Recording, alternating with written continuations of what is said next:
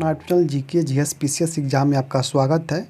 दोस्तों आज हम बिहार पुलिस कांस्टेबल के घटना चक्र को सेट नंबर 2 देखेंगे। दोस्तों इससे पहले हम सेट नंबर 1 देख चुके हैं। दोस्तों अगर आप बिहार पुलिस 21,391 पोस्ट के री एग्ज़ाम देना चाहते हैं और उसमें अपना एक सीट पक्का करना चाहते हैं तो बिहार पुलिस प्रीवियस ईयर घटना चक्र को आपको पूरा कंप्लीट याद करना पड़ेगा दोस्तों। ठीक है, उसको कवर कर लीजिए। आपको वहाँ से 50 से 60% क्वेश्चन 100% मिलेगा दोस्तों। आपका रिजल्ट 100% मिलेगा दोस्तों।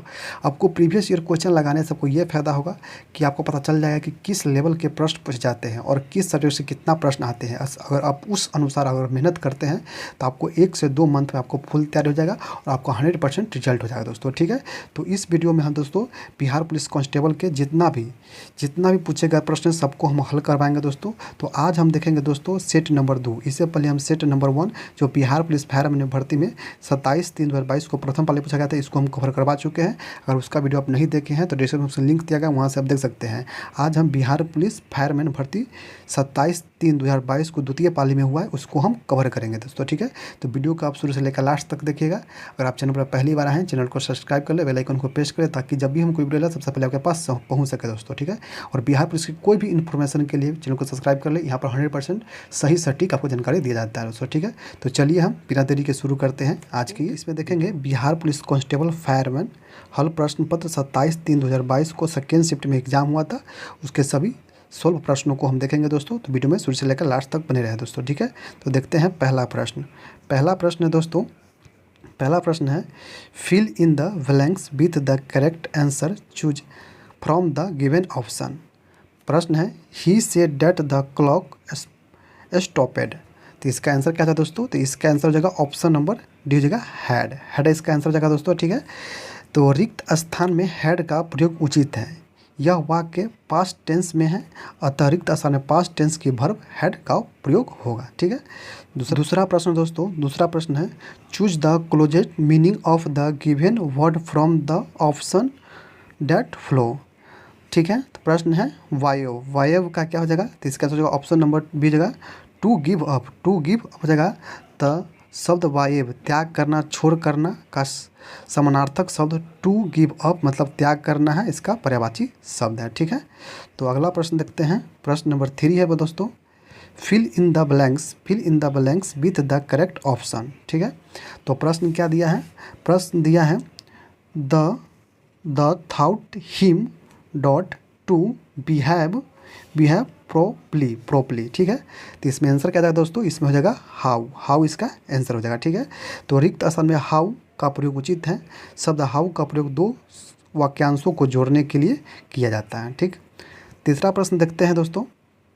चौथा प्रश्न देखते हैं। चौथा प्रश्न है अभिनय कहाँ पर प्रमुख कला केंद्र है? तो ये है फ्रांस का। ठीक है, तो अभिनय फ्रांस में रोम नदी के तट पर बसा एक पुराना शहर है। कभी यह पोप की राजधानी था। आज यहाँ गर्मियों में प्रति वर्ष होने वाले रंग समारोह का केंद्र है। अभिनय फ्रांस का प्रमुख कला केंद्र है। सुप्रसिद्ध चित्रकला पिकासो का विख्यात कृति के नाम ही है ला मदामोजेल द अभिनय। ठीक है, अगला प्रश्न देखते हैं। प्रश्न नंबर 5 है choose the correct preposition of the fill in the blanks. This rule is the applicable dot all of use.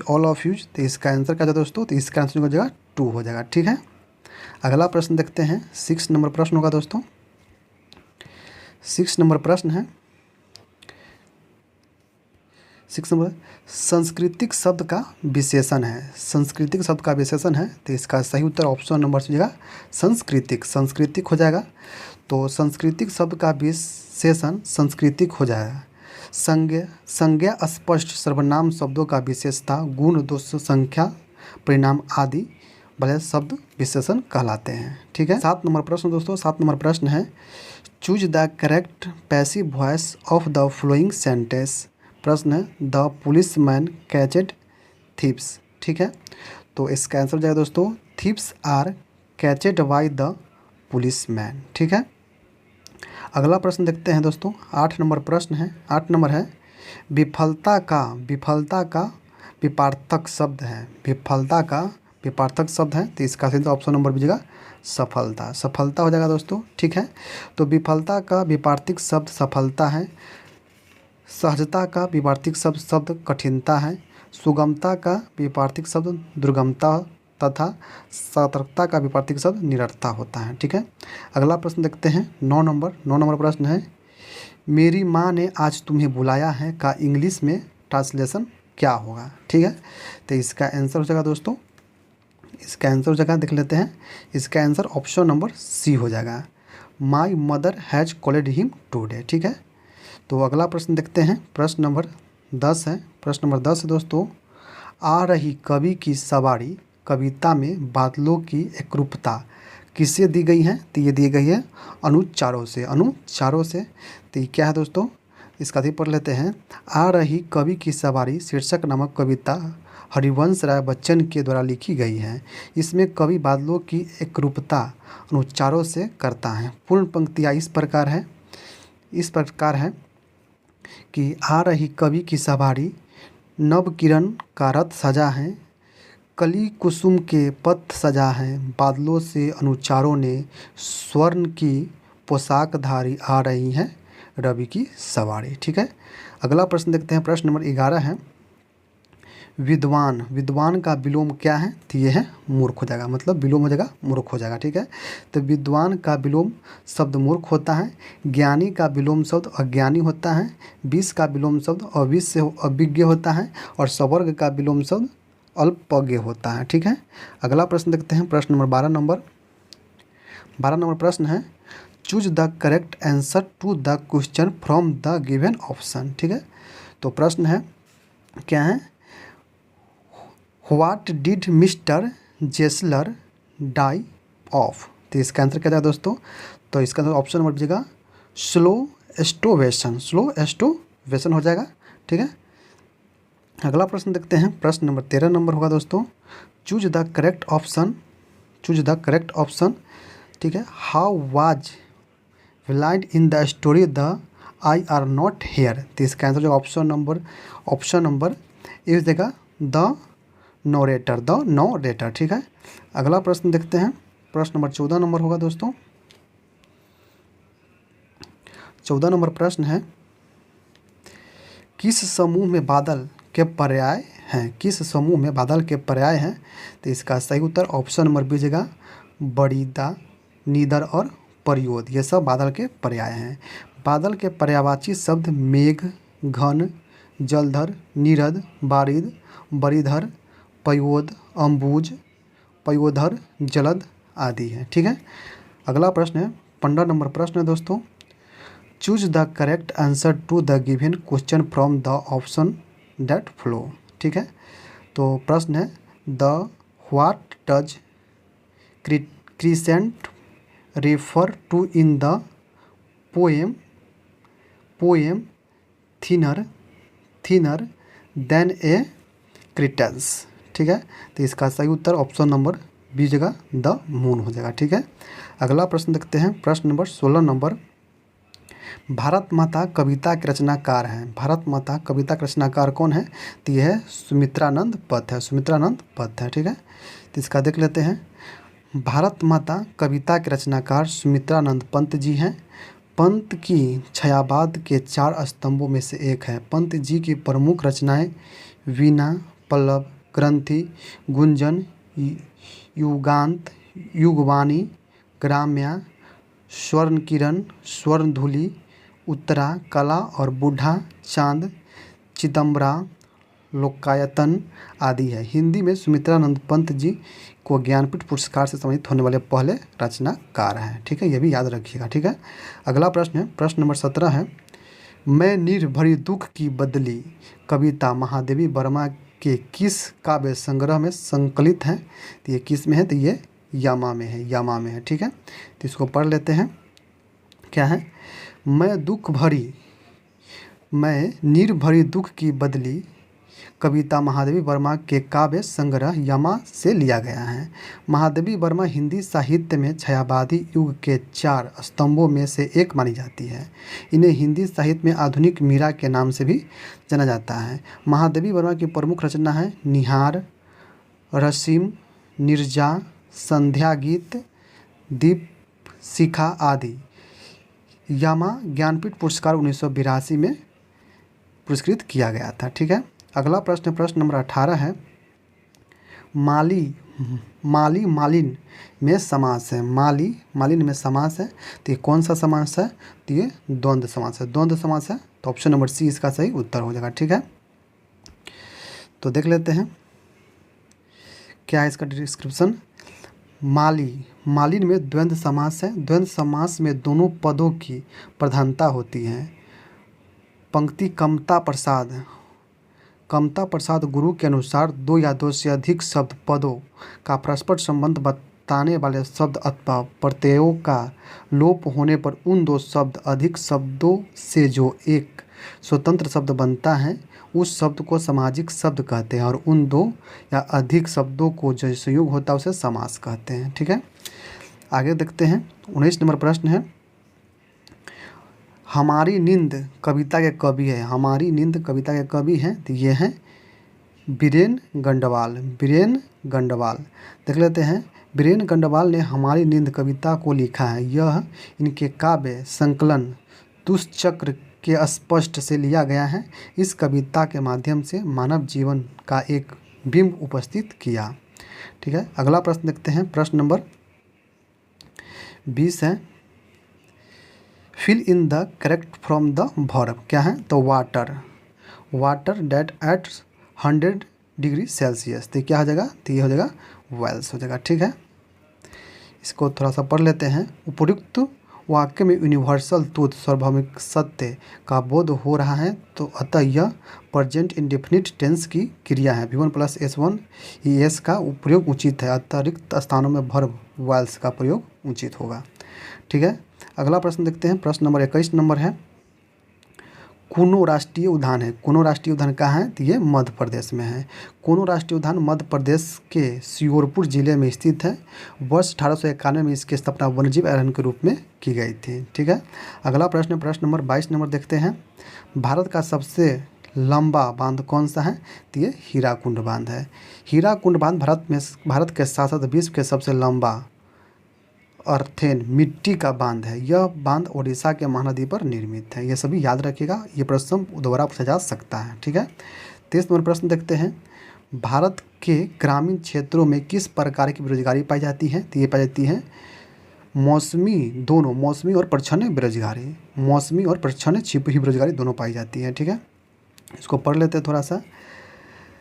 Bharat के ग्रामीण क्षेत्रों में मौसमी तथा छुपी बेरोजगारी प्रच्छन्न बेरोजगारी पाई जाती है। मौसमी बेरोजगारी का अर्थ मौसम विशेष में उत्पन्न होने वाली बेरोजगारी है। जैसे कृषि क्षेत्र में श्रमिक केवल 7 से 8 माह ही लिख लेते हैं क्या कहता है कार्य करता है तथा 4 माह प्रति वर्ष बेरोजगार रहते हैं। छुपी हुई बेरोजगारी का अर्थ किसी कार्य में आवश्यकता से अधिक लोग लगे ऐसे श्रमिक जिनकी सीमांत उपभोक्ता शून्य है, इसे अदृश्य या प्रच्छन्न बेरोजगारी कहते हैं। ठीक है, अगला प्रश्न देखते हैं। प्रश्न नंबर 24 नंबर, भारत की लोकसभा की प्रथम महिला अध्यक्ष कौन थी? तो ये थी मीरा कुमार थी। इसको देख लेते हैं दोस्तों। भारत की लोकसभा की प्रथम महिला अध्यक्ष मीरा कुमार रही है। भारतीय संविधान के अनुच्छेद 93 में लोकसभा अध्यक्ष का वर्णन है। उपाध्यक्ष के बारे में भी है। इसके अनुसार लोकसभा की प्रथम बैठक में लोकसभा अपने सदस्यों में से किसी एक को अध्यक्ष के रूप में एवं उपाध्यक्ष के रूप में चुनती है। लोकसभा के प्रथम अध्यक्ष जीवी मलवंकर जी थे। ठीक है, ये भी याद रखिएगा। अगला प्रश्न देखते हैं। प्रश्न नंबर 25 है, साम्यवादी घोषणा पत्र के लेखक कौन थे? तो साम्यवादी घोषणा पत्र के लेखक कार्ल मार्क्स थे। ठीक है, तो साम्यवादी घोषणा पत्र के लेखक कार्ल मार्क्स और फ्रेडरिक एंगस्टर थे, जिसका प्रकाशन सर्वप्रथम 1848 में हुआ था। इसी वर्ग में सन्यासी तथा पूंजी समस्या का वर्णन किया गया है। अगला प्रश्न है, प्रश्न नंबर 26 है, भारत में उष्णकटिबंधीय सदाबहार वन पाए जाते हैं। तो कहाँ पाए जाते हैं? ये असम में पाए जाते हैं। क्या है? तो दिए गए विकल्पों में उष्णकटिबंधीय सदाबहार वन असम में पाए जाते हैं। भारत के उन राज्यों में जहाँ वार्षिक वर्षा 200 सेंटीमीटर से अधिक होता है तथा तापमान लगभग 22 डिग्री सेंटीग्रेड से अधिक होता है, वहाँ उष्णकटिबंधीय सदाबहार वन पाए जाते हैं, जैसे असम, मेघालय, त्रिपुरा, मिजोरम आदि राज्य में। ठीक है। अगला प्रश्न देखते हैं, प्रश्न नंबर 27 देखते हैं, निम्नलिखित में से कौन राष्ट्रपति सबसे कम समय के लिए पद पर रहे? तो इसका सही उत्तर दोस्तों ऑप्शन नंबर बीजेगा बीबी गिरी। बीबी गिरी सबसे कम समय के लिए अपने पद पर रहे थे। इसको अधिक पढ़ लेते, थोड़ा सा डिस्क्रिप्शन क्या है दिया है। विगत विकल्पों में सबसे कम समय तक राष्ट्रपति पद धारण करने वाले राष्ट्रपति बीबी गिरी थे। उल्लेखनीय है कि भारत के प्रथम मुस्लिम राष्ट्रपति डॉक्टर जाकिर हुसैन के कार्यकाल के दौरान मई 1969 में मृत्यु हो जाने पर तत्कालिक उपराष्ट्रपति बीबी गिरी को कार्यवाहक राष्ट्रपति बनाया गया। इस रूप में उनका कार्यकाल 3 मई 1969 से 20 जुलाई 1969 तक ही था। यद्यपि उन्होंने राष्ट्रपति के रूप में अपने दूसरे कार्यकाल 20 अगस्त 1969 से 24 अगस्त 1974 तक 5 वर्षों पूरा किए थे। तो प्रश्न विकल्प बी सही होगा। ठीक है। अगला प्रश्न देखते हैं, प्रश्न नंबर 28 होगा दोस्तों। प्रश्न नंबर 28 है, अंबेडकर जयंती कब मनाई जाती है? अंबेडकर जयंती कब मनाई जाती है? तो इसका सही उत्तर ऑप्शन होगा 14 जुलाई को। 14 जुलाई 1891 को अंबेडकर जी की जन्म हुआ था। ठीक है। तो देख लेते हैं करेक्शन क्या है। प्रतिवर्ष 14 अप्रैल को अंबेडकर जयंती मनाई जाती है। भीमराव अंबेडकर का पूरा नाम डॉक्टर भीमराव जी अंबेडकर है, जिसका जन्म 14 अप्रैल 1891 को हुआ। इसकी मृत्यु 6 दिसंबर 1956 को हुई। इसे स्वतंत्र भारत का प्रथम विधि मंत्री बनाया गया था। ठीक है। अगला प्रश्न देखते हैं, प्रश्न नंबर 29 है। प्रश्न नंबर 29 है, विश्व स्वास्थ्य दिवस मनाया जाता है। विश्व स्वास्थ्य दिवस मनाया जाता है तो ये 7 अप्रैल को मनाया जाता है, 7 अप्रैल को। ठीक है। इसका डिस्कशन पढ़ लेते हैं। विश्व स्वास्थ्य दिवस 7 अप्रैल को मनाया जाता है। उल्लेखनीय है कि 7 अप्रैल 1948 को विश्व स्वास्थ्य संगठन की स्थापना की गई थी, इसलिए प्रत्येक 7 अप्रैल को विश्व स्वास्थ्य दिवस के रूप में मनाया जाता है। 11 जुलाई को विश्व जनसंख्या दिवस, 12 जनवरी को राष्ट्रीय युवा दिवस, जबकि 17 मई को विश्व दूरसंचार दिवस और सूचना समाज दिवस मनाया जाता है। अगला देखते हैं 30 नंबर प्रश्न है, वृष्टि छाया क्या है? वृष्टि छाया क्या है? तो इसका सही उत्तर ऑप्शन नंबर हो जाएगा एक ऐसा क्षेत्र जो अपेक्षाकृत रूप से धरातलीय अवरोध के प्रभाव से कम वर्षा क्षेत्र, इसे हम छायावृष्टि कहते हैं। इसका भी पढ़ लेते थोड़ा सा डिस्क्रिप्शन क्या है। एक ऐसा क्षेत्र जहां अपेक्षाकृत रूप से धरातलीय अवरोध के प्रभाव से कम वर्षा होती है, उन क्षेत्र को विशिष्ट छाया क्षेत्र कहा जाता है। जब मानसून पवन के मार्ग में कोई पर्वत के आ जाने से पवन पर्वत की ढाल से नीचे उतरने लगती है जहां वर्षा नहीं होती या अपेक्षाकृत कम वर्षा होती है, पवन पर्वत के ऐसे ढाल को पृष्ठ छाया कहा जाता है। ठीक है। ये प्रश्न सब बहुत इंपॉर्टेंट है दोस्तों। आप लोग देखिए कि किस सब्जेक्ट से कितना प्रश्न आ रहा है, किस लेवल का प्रश्न पूछा जा रहा है। ठीक है। अगला प्रश्न देखते हैं, प्रश्न नंबर 31 है, आपातकाल के दौरान मूल अधिकारों के परिवर्तन को निलंबन किया जा सकता है। तो ये किसके द्वारा? तो राष्ट्रपति के द्वारा निलंबन किया जा सकता है। ठीक है। इसको पढ़ लेते हैं क्या है। आपातकाल के दौरान मूल अधिकारों के परिवर्तन को राष्ट्रपति द्वारा निलंबन किया जा सकता है। उल्लेखनीय है कि भारत के संविधान के अनुच्छेद 352 में राष्ट्रीय आपातकाल का उल्लेख है। इसके परिवर्तन में रहने के लिए अनुच्छेद 359 के तहत राष्ट्रपति इच्छानुसार मूल अधिकारों को निलंबन कर सकता है, लेकिन 44वें संविधान संशोधन अधिनियम 1978 द्वारा यह प्रावधान किया गया है कि अनुच्छेद 20 और 21 के तहत प्राप्त मूल अधिकार आपातकाल में भी निलंबित नहीं होगा। ठीक है। अगला प्रश्न देखते हैं, प्रश्न नंबर 32 होगा दोस्तों। 32 प्रश्न है दोस्तों, द्वितीय विश्व युद्ध का तत्कालीन कारण क्या था? द्वितीय विश्व युद्ध का तत्कालीन कारण क्या था? तो ये थे पोलैंड पर जर्मनी का आक्रमण। पोलैंड पर जर्मनी का आक्रमण था। ठीक है। तो इसको पढ़ लेते हैं थोड़ा सा क्या है। द्वितीय विश्व युद्ध की शुरुआत वर्ष 1939 में हुई। इस युद्ध के लिए अनेक कारणों का योगदान था, लेकिन युद्ध के तत्कालिक कारण हिटलर द्वारा जर्मनी 1 सितंबर 1939 को पोलैंड पर आक्रमण करना था। ठीक है। अगला प्रश्न प्रश्न नंबर 33 नंबर है, झारखंड में झूम कृषि को कहते हैं, झारखंड में झूम कृषि को क्या कहते हैं? तो करूबा करूबा बोलते हैं, करूबा झारखंड में बोलते हैं, ठीक है। कथी पढ़ लेते हैं, डिस्क्रिप्शन क्या है। झारखंड में झूम कृषि को करूबा के नाम से जाना जाता है। झूम खेती को स्थानांतरण कृषि भी कहा जाता है। इसमें किसानों द्वारा जंगलों को काटकर उस भूमि पर खेती की जाती है जहाँ, और जब भूमि की उत्पादन क्षमता समाप्त हो जाती है तो अन्य स्थान पर चले जाते हैं। खेती की इस पद्धति को भारत के अलग अलग राज्यों में अलग अलग नाम से जाना जाता है। जैसे छत्तीसगढ़ में बस्तर में दीपा कहते हैं, छत्तीसगढ़ के बस्तर में दीपा बोलते हैं झूम कृषि को।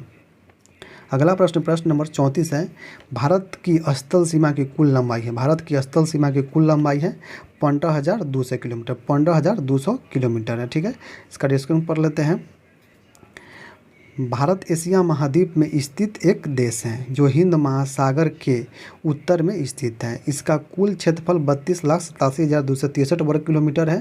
क्षेत्रफल की दृष्टि से यह विश्व का 7वां सबसे बड़ा देश है। इसकी स्थलीय सीमा की लंबाई 15,200 किलोमीटर है, जबकि द्वीपों सहित कुल तटीय सीमा की लंबाई 7,516 किलोमीटर है तथा मुख्य भूमि के तटीय सीमा की लंबाई 6100 किलोमीटर है, ठीक है। ये सभी याद रखिएगा। अगला प्रश्न प्रश्न नंबर 35 नंबर है, द्वितीय विश्व युद्ध में 1 सितंबर 1939 को पोलैंड पर किसने आक्रमण किया था?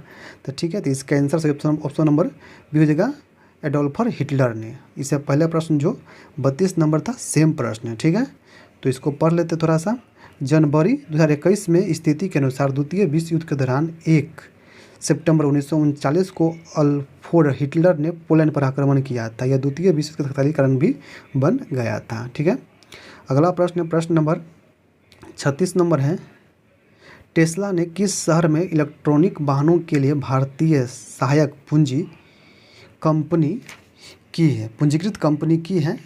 तो इसका सही उत्तर क्या हो जाएगा दोस्तों? तो इसका सही उत्तर ऑप्शन नंबर देख लेते हैं क्या है। तो ऑप्शन नंबर डी हो जाएगा, बेंगलुरु, बेंगलुरु में किया है, ठीक है। तो जनवरी 2021 की स्थिति के अनुसार अमेरिका इलेक्ट्रिक कार बनाने के लिए टेस्ला ने रजिस्टर ऑफ कंपनी बेंगलुरु के साथ Tesla Indian Motors and energy private limited पंजीकृत किया है। तो ये करेंट अफेयर है 2021 का, ठीक है। करेंट अफेयर भी आता है, आप ये गौर कर लें, ठीक है। 37 नंबर प्रश्न देखते हैं, सर्वप्रथम यूरोपियन व्यापारी जो हिंद चीन आए थे, तो ये कौन था? तो ये पुर्तगाली था जो सबसे पहले भारत में आए थे, जो वास्को डी गामा 1498 में आया था, ठीक है। पढ़ लेते हैं क्या है। 15वीं और 16वीं शताब्दी में अनेक यूरोपीय कंपनी भारत में व्यापार की दृष्टि से आए हैं। इनके आने का क्रम इस प्रकार है, पुर्तगाली, डच, अंग्रेज, फ्रांसीसी। अतः स्पष्ट है कि सर्वप्रथम हिंद चीन आने वाला यूरोपीय पुर्तगाली थे, ठीक है। अगला प्रश्न देखते हैं, प्रश्न नंबर 38 नंबर है, सिंधु तथा सतलज नदी के मध्य हिमालय को जाना जाता है, तो जाना जाता है पंजाब हिमालय को, पंजाब हिमालय को जाना जाता है, ठीक है। तो इसके बारे में पढ़ लेते हैं थोड़ा सा। प्रसिद्ध भूगर्भ शास्त्री सिडनी वुडरो ने हिमालय को नदी घाटी के आधार पर 4 भागों में विभाजित किया है, ठीक है। पहला है पंजाब हिमालय, यह सिंधु और सतलज नदी के मध्य स्थित है, इसे कश्मीर हिमालय भी कहते हैं। दूसरा है कुमायूं हिमालय, यह सतलज और काली नदी के मध्य में स्थित है। तीसरा है नेपाल हिमालय, इसका विस्तार काली और तीस्ता नदी के मध्य में है। चौथा है असम हिमालय, यह तीस्ता और ब्रह्मपुत्र नदी के मध्य में स्थित है, ठीक है। अगला प्रश्न प्रश्न नंबर 39 नंबर देखते हैं, राज्यसभा के 1/3 सदस्य अवकाश ग्रहण करते हैं, प्रत्येक कब? तो प्रत्येक 2 वर्ष पर, प्रत्येक 2 वर्ष पर करते हैं, ठीक है। अगला देखते हैं इसको, डिस्क्रिप्शन। भारतीय संविधान के अनुच्छेद 79 में संसद का वर्णन है, जो लोकसभा राज्यसभा राष्ट्रपति से मिलकर बनता है। राज्यसभा संसद का अस्थायी सदन है। इसके सदस्यों का कार्यकाल 6 वर्ष का होता है, लेकिन इसके 1/3 सदस्य प्रत्येक 2 वर्ष तक अवकाश ग्रहण करते हैं। अगला प्रश्न प्रश्न 40 नंबर है, प्रासा के राजा विलियम प्रथम को कहाँ जर्मनी का सम्राट घोषित किया गया? तो ये किया गया था वर्साय में। प्रासा के राजा विलियम प्रथम को कहाँ जर्मनी का सम्राट घोषित किया गया था? वर्साय में, ठीक है। तो प्रासा के राजा विलियम प्रथम को वर्साय में जर्मनी का सम्राट घोषित किया गया था, ठीक है। अगला प्रश्न देखते हैं। अगला प्रश्न है 41 नंबर, संपत्ति का अधिकार है। अब संपत्ति का अधिकार क्या है? तब कानूनी अधिकार है, कानूनी अधिकार है, ठीक है। इसको पढ़ लेते हैं। क्या है कानूनी अधिकार? संपत्ति का अधिकार। संपत्ति का अधिकार एक कानूनी अधिकार है। उल्लेखनीय है कि मूल संविधान में संपत्ति के अधिकार मौलिक अधिकार के श्रेणी में रखा गया था, लेकिन 44वें संविधान संशोधन अधिनियम 1978 के द्वारा तहत संपत्ति के अधिकार को संविधान के भाग 3 से हटाकर अनुच्छेद 300 के क में कानूनी अधिकार के तहत स्थापित किया गया है। ठीक है, अगला प्रश्न देखते हैं। प्रश्न नंबर 42 नंबर देखते हैं। 42 नंबर प्रश्न है 2011 के जनगणना के अनुसार भारत में सर्वाधिक जनसंख्या वाला राज्य कौन है? तो ये है उत्तर प्रदेश है। उत्तर प्रदेश है। इसका डिस्कशन पढ़ लेते हैं। वर्ष 2011 के जनगणना के अनुसार भारत में सर्वाधिक जनसंख्या वाला राज्य उत्तर प्रदेश है। उल्लेखनीय है कि जनगणना संघ सूची का विषय है। संघ सूची का विषय है। सामान्यतः प्रत्येक 10 वर्ष की समाप्ति पर जनगणना की जाती है। वर्ष 2011 की जनगणना के अनुसार भारत में सर्वाधिक जनसंख्या जनघनत्व बिहार में है, सर्वाधिक साक्षरता केरल में है, सर्वाधिक लिंगानुपात केरल में है। ठीक है, ये सब याद रखिएगा, इससे प्रश्न पूछा जाता है। ठीक है, अगला प्रश्न नंबर 43 है 900 किलोमीटर का 4 धाम हाईवे प्रोजेक्ट किस राज्य में निर्माणाधीन है? तो ये किस राज्य में निर्माणाधीन है? ये है उत्तराखंड में। उत्तराखंड में है। 4 धाम प्राइवेट प्रोजेक्ट उत्तराखंड में निर्माणाधीन है, जिसके तहत उत्तराखंड के 4 धाम यथा यमुनोत्री, गंगोत्री, केदारनाथ और बद्रीनाथ को सड़क मार्ग द्वारा आपस में जोड़ने की योजना है। ठीक है, अगला प्रश्न नंबर 44 नंबर है राष्ट्रीय आय का मतलब क्या है? राष्ट्रीय आय का मतलब क्या है? तो इसका है ऑप्शन नंबर डी उत्पादन के साधनों से आय। उत्पादन के साधनों से आय है। इसका डिस्कशन पढ़ लेते हैं। राष्ट्रीय आय का तात्पर्य उत्पादन के साधनों से प्राप्त आय से होता है, अर्थात किसी राष्ट्र की एक वर्ष में उत्पादित अंतिम वस्तु और सेवाओं के मूल्य का योग ही राष्ट्रीय आय कहलाता है। भारत में राष्ट्रीय आय की गणना केंद्रीय सांख्यिकी संगठन के द्वारा किया जाता है। ठीक है, अगला प्रश्न देखते हैं 45 नंबर। रबर फसल है। रबर फसल है तो ये भूमध्य सागरीय क्षेत्र की फसल है रबर। ठीक है, तो इसका डिस्क्रिप्शन देख लेते हैं। क्या है? तो रबर भूमध्य सागरीय क्षेत्र की फसल है। गंतव्य है कि रबर वृक्ष के दूध लैक्टस से प्राप्त होने वाला एक उत्पाद है। यह वृक्ष भूमध्य सागरीय सदाबहार वनों में पाए जाते हैं। वृक्ष के लैक्टस से प्राप्त होने वाले यह रबर आइसोप्रीन का बहुलक होता है। केरल भारत का सबसे बड़ा रबर उत्पादक राज्य है। ये भी याद रखिएगा, केरल भारत का सबसे बड़ा रबर उत्पादक राज्य है। ठीक है, 44 नंबर प्रश्न देखते हैं। उत्तर पश्चिम भारत में शीतकालीन वर्षा उन चक्रवातों के परिणाम होती है जो उत्पन्न होती है तो होती है भूमध्य सागर में होती है। ठीक है, इसका पढ़ लेते हैं। सामान्य भारत में ग्रीष्मकाल में वर्षा दक्षिण पश्चिम मानसून से होता है, जिसे अरब सागरीय मानसून भी कहते हैं, लेकिन शीतकाल में भारत के उत्तर पश्चिम राज्यों जैसे पंजाब आदि वर्षा भूमध्य सागर से उत्पन्न होने वाली चक्रवातों के परिणाम स्वरूप होती है। अगला प्रश्न नंबर 47 नंबर देखते हैं। विदेशी निवेश कहलाता है। विदेशी निवेश कहलाता है तो ये कहलाता है बहुराष्ट्रीय निगमों द्वारा किया गया निवेश। ठीक है, अगला प्रश्न देखते हैं। प्रश्न नंबर 48 नंबर है लोकसभा अध्यक्ष अपना त्याग पत्र किसे प्रस्तुत करता है? तो ये करता है लोकसभा के उपाध्यक्ष को करते हैं। ठीक है, पढ़ लेते थोड़ा सा इसका। भारतीय संविधान के अनुच्छेद 93 के अनुसार लोकसभा अपनी प्रथम बैठक के समय अपने सदस्यों में से अध्यक्ष अथवा उपाध्यक्ष का चुनाव करती है, जिसका कार्यकाल 5 वर्ष का होता है, लेकिन 5 वर्ष के पूर्व भी अध्यक्ष लोकसभा के उपाध्यक्ष को अपना त्यागपत्र देकर पदच्युत कर सकता है। ठीक है, अगला प्रश्न 49 नंबर है 26 नवंबर जाना जाता है तो ये 26 नवंबर जाना जाता है राष्ट्रीय विधि दिवस के रूप में जाना जाता है। इस दिन संविधान लागू हुआ था। ठीक है, अगला प्रश्न है, इसको पढ़ लेते हैं। भारत में प्रत्येक वर्ष 26 नवंबर को राष्ट्रीय विधि दिवस और संविधान दिवस के रूप में मनाया जाता है। उल्लेखनीय है कि संविधान सभा द्वारा 26 नवंबर 1949 को भारतीय संविधान को अपनाया गया था। प्रश्न नंबर 50 देखते हैं। सुंदरबन राष्ट्रीय उद्यान भारत के किस राज्य में स्थित है? तो ये स्थित है दोस्तों सुंदरबन कहाँ है? तो पश्चिम बंगाल हो जाएगा। तो ऑप्शन देख लेते हैं। ऑप्शन नंबर सी में है पश्चिम बंगाल में है सुंदरबन। ठीक है, सुंदरबन राष्ट्रीय उद्यान पश्चिम बंगाल राज्य में स्थित है। सुंदरबन राष्ट्रीय उद्यान एक बाघ आरक्षित क्षेत्र है जो रॉयल बंगाल टाइगर के लिए विश्व प्रसिद्ध है। अगला प्रश्न, प्रश्न नंबर 51 नंबर है, उपराष्ट्रपति का कार्यकाल होता है, तो उपराष्ट्रपति का कार्यकाल होता है 5 वर्ष के लिए। ठीक है, देख लेते हैं। भारतीय संविधान के अनुच्छेद 67 में उपराष्ट्रपति का कार्यकाल का प्रावधान किया गया है, जिसके अनुसार उपराष्ट्रपति का कार्यकाल 5 वर्ष का होता है। उपराष्ट्रपति राज्यसभा के पदेन सभापति होता है तथा राष्ट्रपति की अनुपस्थिति में उनके कार्यकाल का निर्वहन भी करती हैं। अगला प्रश्न देखते हैं, प्रश्न नंबर 52 देखते हैं।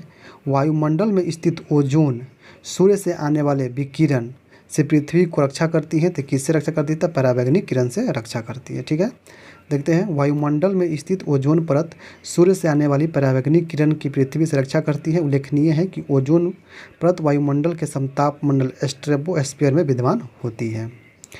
अगला प्रश्न है, प्रश्न नंबर 53 है। मनरेगा के अंतर्गत देश के ग्रामीण क्षेत्रों में कितने दिन का काम दिया जाता है? तो ये दिया जाता है 100 दिन का। 100 दिन का काम दिया जाता है। देख लेते हैं। मनरेगा के अंतर्गत देश के ग्रामीण क्षेत्रों में 100 दिन का काम दिया जाता है। नरेगा के रूप में मनरेगा योजना की शुरुआत 2 फरवरी 2009 को आंध्र प्रदेश के अनंतपुर से नरेगा राष्ट्रीय ग्रामीण रोजगार गारंटी एक्ट के नाम से किया गया था। अगला प्रश्न, प्रश्न नंबर 54 नंबर है। विश्व में किस देश में सर्वप्रथम लिखित संविधान लागू हुआ था? लिखित संविधान सबसे पहले अमेरिका में लागू हुआ था। ठीक है, थोड़ा सा पढ़ लेते हैं। विश्व में सर्वप्रथम लिखित संविधान अमेरिका में लागू हुआ। उल्लेखनीय है कि भारतीय संविधान विश्व के सबसे बड़ी लिखित संविधान है, जो संविधान सभा द्वारा 26 जनवरी 1950 को पूर्णतः लागू किया गया। यद्यपि संविधान सभा ने इसे 26 नवंबर 1949 को ही अंगीकार कर लिया था। अगला प्रश्न, प्रश्न नंबर 55 नंबर है। अरुणाचल प्रदेश में ब्रह्मपुत्र नदी जानी जाती है, दी जाती है दिहांग के नाम से। अरुणाचल प्रदेश में ब्रह्मपुत्र नदी जानी जाती है, ये किस नाम से जानी जाती है? दिहांग के नाम से जानी जाती है। ठीक है, क्या है?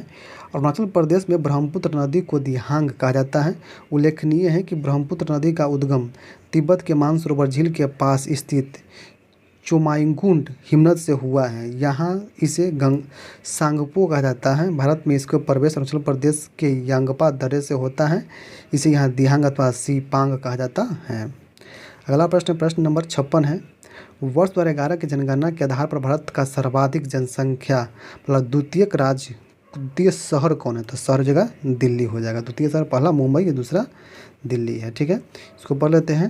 वर्ष 2011 की जनगणना के अनुसार भारत में सर्वाधिक जनसंख्या वाला शहर मुंबई है, जबकि द्वितीय स्थान पर दिल्ली का है। उल्लेखनीय है कि भारत में सर्वाधिक जनसंख्या वाला राज्य उत्तर प्रदेश है, जबकि जनसंख्या दृष्टि से दूसरा स्थान महाराष्ट्र का है। अगला प्रश्न, प्रश्न नंबर 57 है। भारत का वाटरमैन के नाम से जाता है, तो जानता है राजेंद्र सिंह को। राजेंद्र सिंह को वाटरमैन के नाम से जाना जाता है। राजेंद्र सिंह को भारत का वाटरमैन के नाम से जाना जाता है। राजेंद्र सिंह जल संरक्षण के क्षेत्र में कार्य करने वाले एक पर्यावरण कार्यकर्ता है। उन्हें तरुण भारत संघ नामक संस्था की स्थापना किया, जो एक गैर सरकारी संगठन NGO है। अगला प्रश्न देखते हैं, प्रश्न नंबर 58 है। किस उत्पाद के लिए हॉलमार्क का उपयोग होता है? किस उत्पाद के लिए हॉलमार्क का उपयोग होता है? तो ये ज्वेलरी के लिए। ज्वेलरी के लिए हॉलमार्क का प्रयोग होता है। ठीक है, देखिए क्या है, तो हॉलमार्क का उपयोग ज्वेलरी के लिए किया जाता है। उल्लेखनीय है कि हॉलमार्क गुणवत्ता गारंटी का मोहर होता है, जिसका उपयोग सोने, चांदी आदि से निर्मित आभूषणों के लिए किया जाता है। हॉलमार्क का निशाना भारतीय मानक ब्यूरो द्वारा लगाया जाता है।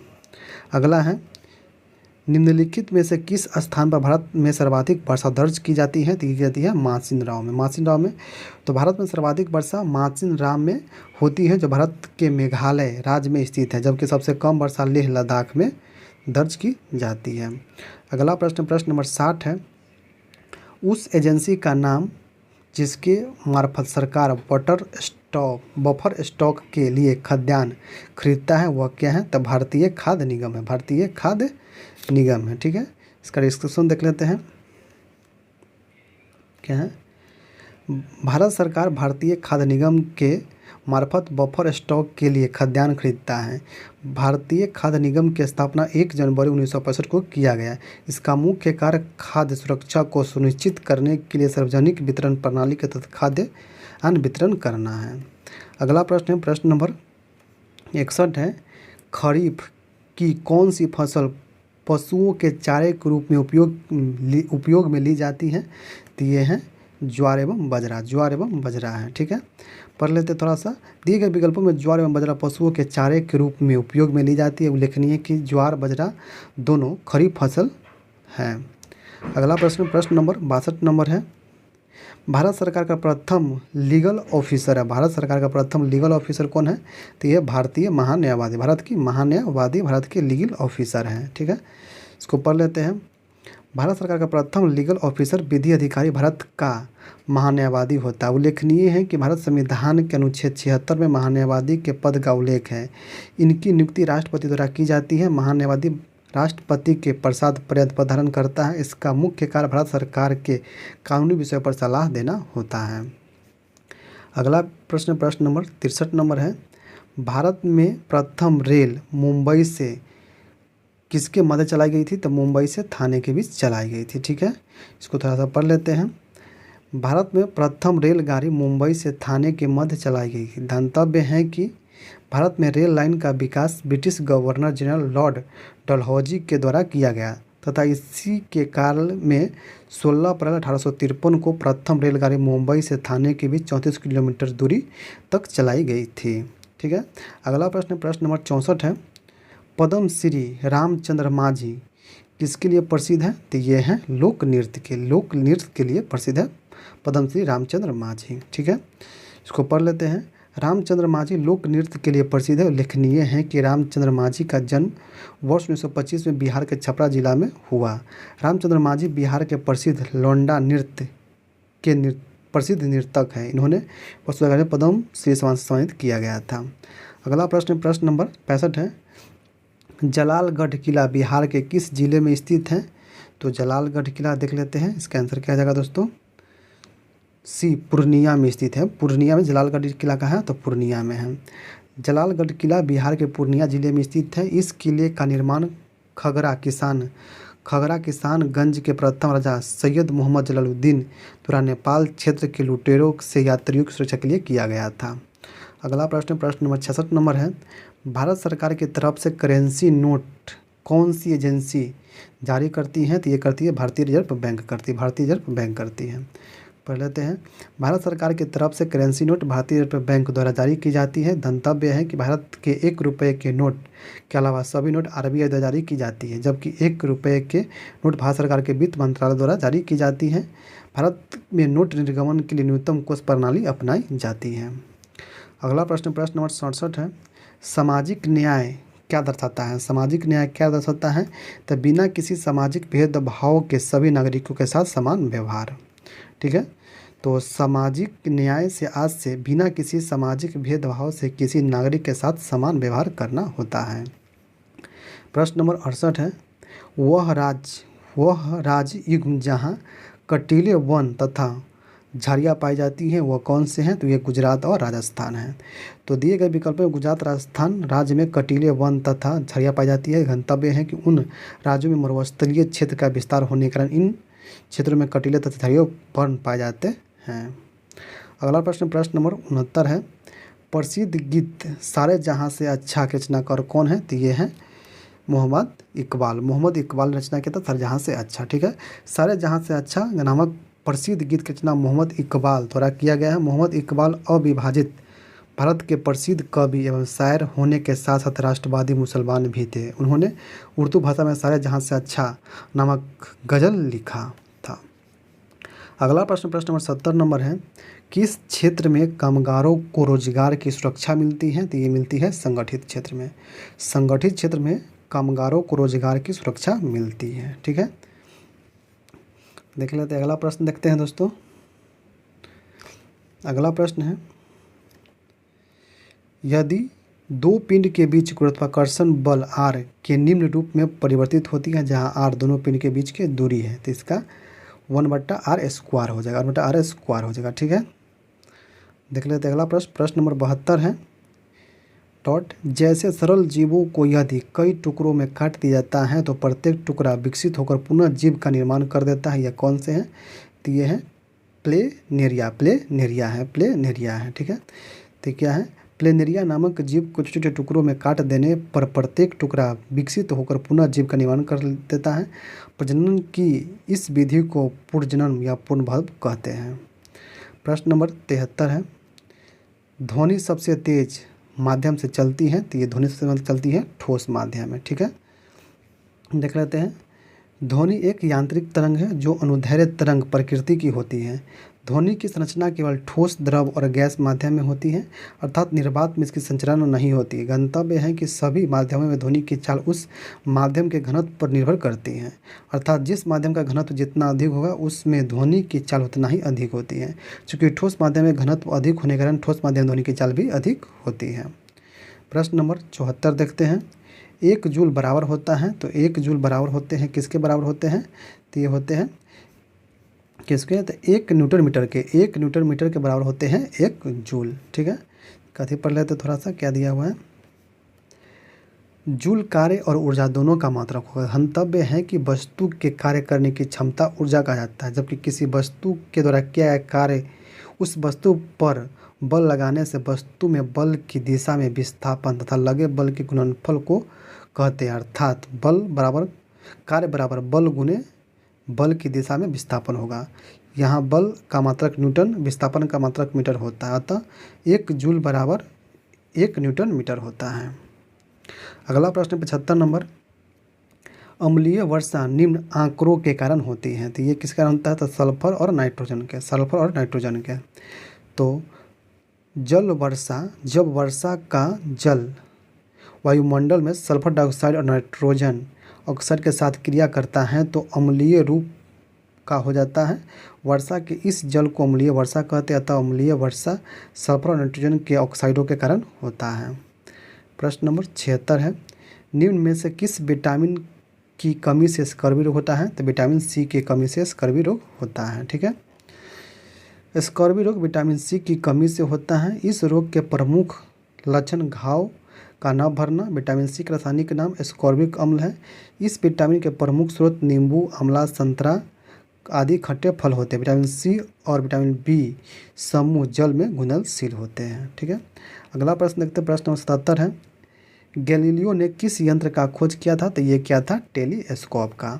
तो टेलीस्कोप की खोज गैलीलियो ने की थी। टेलीस्कोप वह यंत्र होता है जिसका सहायता से खगोलीय पिंड को बड़े आकार में देखा जा सकता है। प्रश्न नंबर 78 देखते हैं। निषेचन के पश्चात बीजांड से एक कठोर आवरण विकसित होती है तथा यह क्या होते हैं, तो ये बीज में विकसित होता है। ठीक है, इसको पढ़ लेते हैं। फूलों में परागकण के वर्तिकाग्र तक पहुँचने की क्रिया को परागकण कहते हैं। परागकण की क्रिया के पश्चात निषेचन की क्रिया होती है।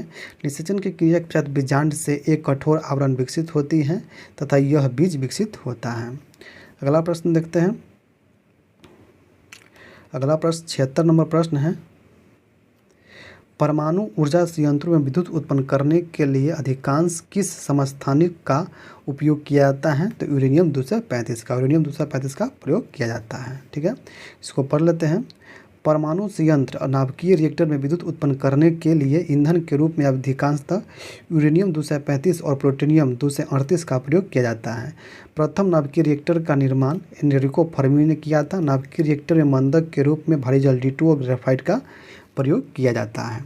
ठीक है, अगला प्रश्न देखते हैं। प्रश्न नंबर 80 नंबर है, निम्न में से कौन सा ऊर्जा का मात्रक नहीं है। ऊर्जा का मात्रक नहीं है तो किलोवाट। किलोवाट ऊर्जा का मात्रक नहीं है। ठीक है, इसको देख लेते हैं। दिए गए विकल्पों में जूल, किलोवाट घंटा, न्यूटन मीटर ऊर्जा का मात्रक है, लेकिन किलोवाट ऊर्जा का मात्रक नहीं है। किसी वस्तु के कार्य करने की क्षमता को ऊर्जा कहते हैं, यह एक अदिश राशि होता है।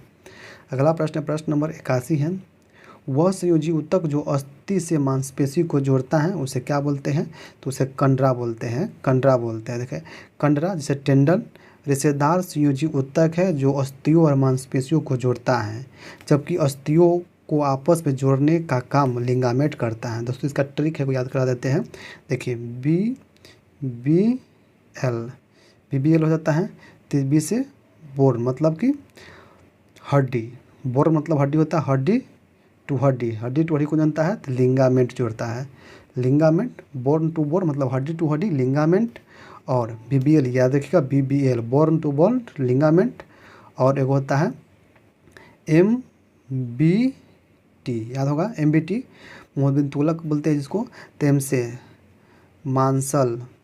मांसपेशी टू हड्डी, बोर मतलब हड्डी होता है, कौन तो टेंडल जोड़ता है, टेंडल जोड़ता है तो यह अस्थि और मांसपेशी कौन जोड़ता है तो कंडरा, कंडरा को इंग्लिश में टेंडर बोलते हैं। ठीक है, तो याद रखिएगा BBL और MBT, इसे याद रखिएगा तो ये आपको पकड़ा जाएगा, कभी गलत नहीं होगा। ठीक है, अगला प्रश्न है प्रश्न नंबर 82 है, आहार नाल मूल रूप से डॉट से विकसित तक लंबी नली है तो कहाँ से है तो मुख से गुर्दा तक, मुंह से गुर्दा तक विकसित आहार नाल होता है। ठीक है, को पढ़ लेते हैं। मनुष्य का आहार नाल मुख से गुर्दा तक विकसित एक लंबी नली है जिससे मुख, ग्रास नली, आमाशय, छोटी आंत, बड़ी आंत और गुद्दा आदि अंग शामिल होते हैं। इन्हें अंगों के होकर पाचन की क्रिया पूरी संपन्न होता है। प्रश्न नंबर 83 देखते हैं, एक डॉट द्वारा बिना बना प्रतिबिंब हमेशा आभासी, सीधा और छोटा होता है तो ये है उत्तल दर्पण। उत्तल दर्पण द्वारा बना प्रतिबिंब हमेशा आभासी, सीधा और उल्टा होता है। ठीक है, देख लेते हैं।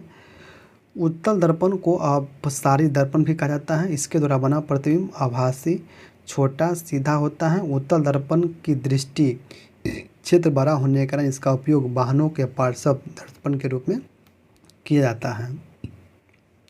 अगला प्रश्न प्रश्न नंबर 84 नंबर है दोस्तों, प्रथम टीका विकसित किया गया था। प्रथम टीका विकसित किया गया था ये एडवर्ड जेनर के द्वारा विकसित किया गया था। ठीक है, अगला प्रश्न देखते हैं। प्रश्न नंबर 85 नंबर है, संपीड़ित प्राकृतिक गैस कौन सी है तो ये मीथेन हो जाएगा। तो संपीड़ित प्राकृतिक गैस लगभग 80 से 90% मीथेन मार्स गैस होता है। मीथेन गैस दलदली स्थानों से धान के खेती, कोयला के खानों के साथ साथ जुगाली करने वाले पशुओं के मुंह से निकलते हैं। मीथेन गैस सर्वाधिक हरित गृह प्रभाव उत्पन्न करने वाली गैस है। अगला प्रश्न प्रश्न 86 नंबर है, एक अधातु जो कमरे के तापमान पर द्रव अवस्था में रहता है तो ये ब्रोमीन है। ब्रोमीन है, देख लेते हैं। ब्रोमीन Br एकमात्र अधातु है जो सामान्यतः कमरे के तापमान पर द्रव अवस्था में मिलता है। ब्रोमीन एक लाल रंग का द्रव्य अधातु है जिसका उपयोग निंद्राकारक दवा पोटेशियम ब्रोमाइड बनाने में तथा फोटोग्राफी प्लेट में प्रयुक्त होने वाली सिल्वर ब्रोमाइड के निर्माण आदि में किया जाता है। गंतव्य है कि परामरकरी एकमात्र धातु है जो सामान्यतः द्रव अवस्था में पाया जाता है। अगला प्रश्न प्रश्न नंबर 87 नंबर है, पादप की पत्तियां बीड़ी बनाने में उपयोग की जाती हैं तो ये है धतूरा। धतूरा पादप की पत्तियां बीड़ी बनाने में प्रयोग की जाती है। दिए गए विकल्पों में तेंदू की पत्तियों का उपयोग बीड़ी बनाने में की जाती है। ठीक है, तो ऑप्शन नंबर तेंदू होगा दोस्तों, सॉरी दोस्तों, तेंदू होगा इसका आंसर, धतूरा नहीं होगा, तेंदू होगा। ऑप्शन नंबर डी इसका सही उत्तर हो जाएगा। ठीक है, अगला प्रश्न देखते हैं। प्रश्न नंबर 88 होगा, मेरुरज्जु की रक्षा प्रदान करती हैं तो ये करती है केसुरुकी दंड। केसुरुकी दंड द्वारा की जाती है मेरुरज्जु की रक्षा। देख लेते हैं। मेरुरज्जु को केसुरुकी दंड द्वारा सुरक्षा प्रदान की जाती है। उल्लेखनीय है कि प्राणियों के दो भागों में विभाजित किया जाता है। वे जंतु जिसमें रीढ़ की हड्डी या केसुरुकी दंड पाया जाता है उसे केसुरुकी प्राणी, या जिसमें केसुरुकी दंड नहीं पाया जाता है उसे अकेसुरुकी प्राणी कहा जाता है। गंतव्य के मनुष्य में मेरुरज्जु प्रतिवर्ती क्रियाओं को नियंत्रित करता है। ठीक है, अगला प्रश्न देखते हैं।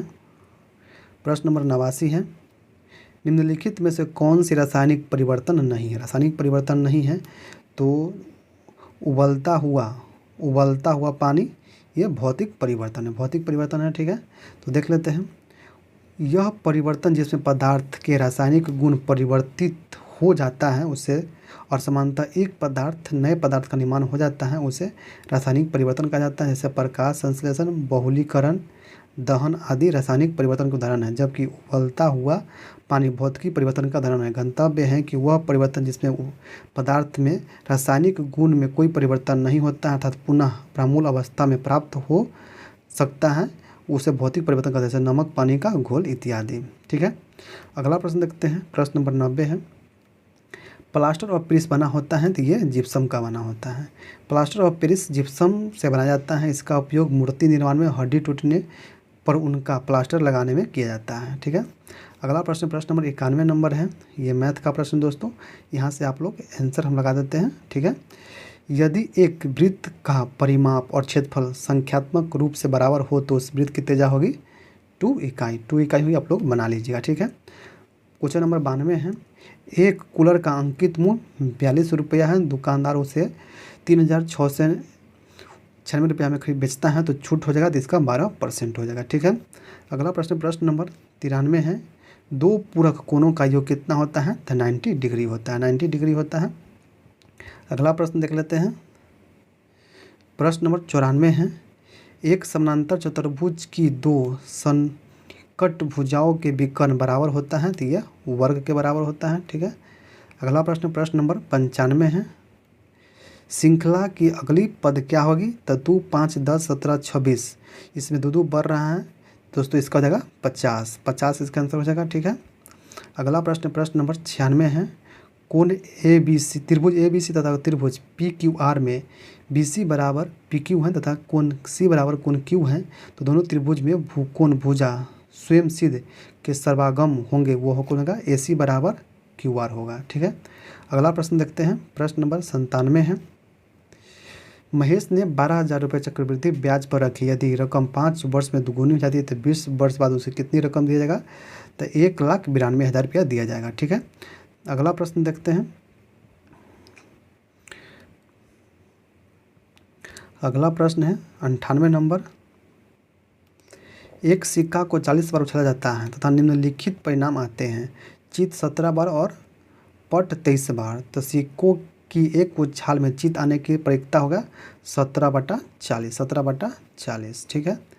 प्रश्न 99 है, एक वस्तु का अंकित मूल्य 80 रुपया है, यदि 72 रुपया में मिलता है तो छूट प्रतिशत हो जाएगा, इसका 10% हो जाएगा। ठीक है। 100 नंबर प्रश्न देखते हैं।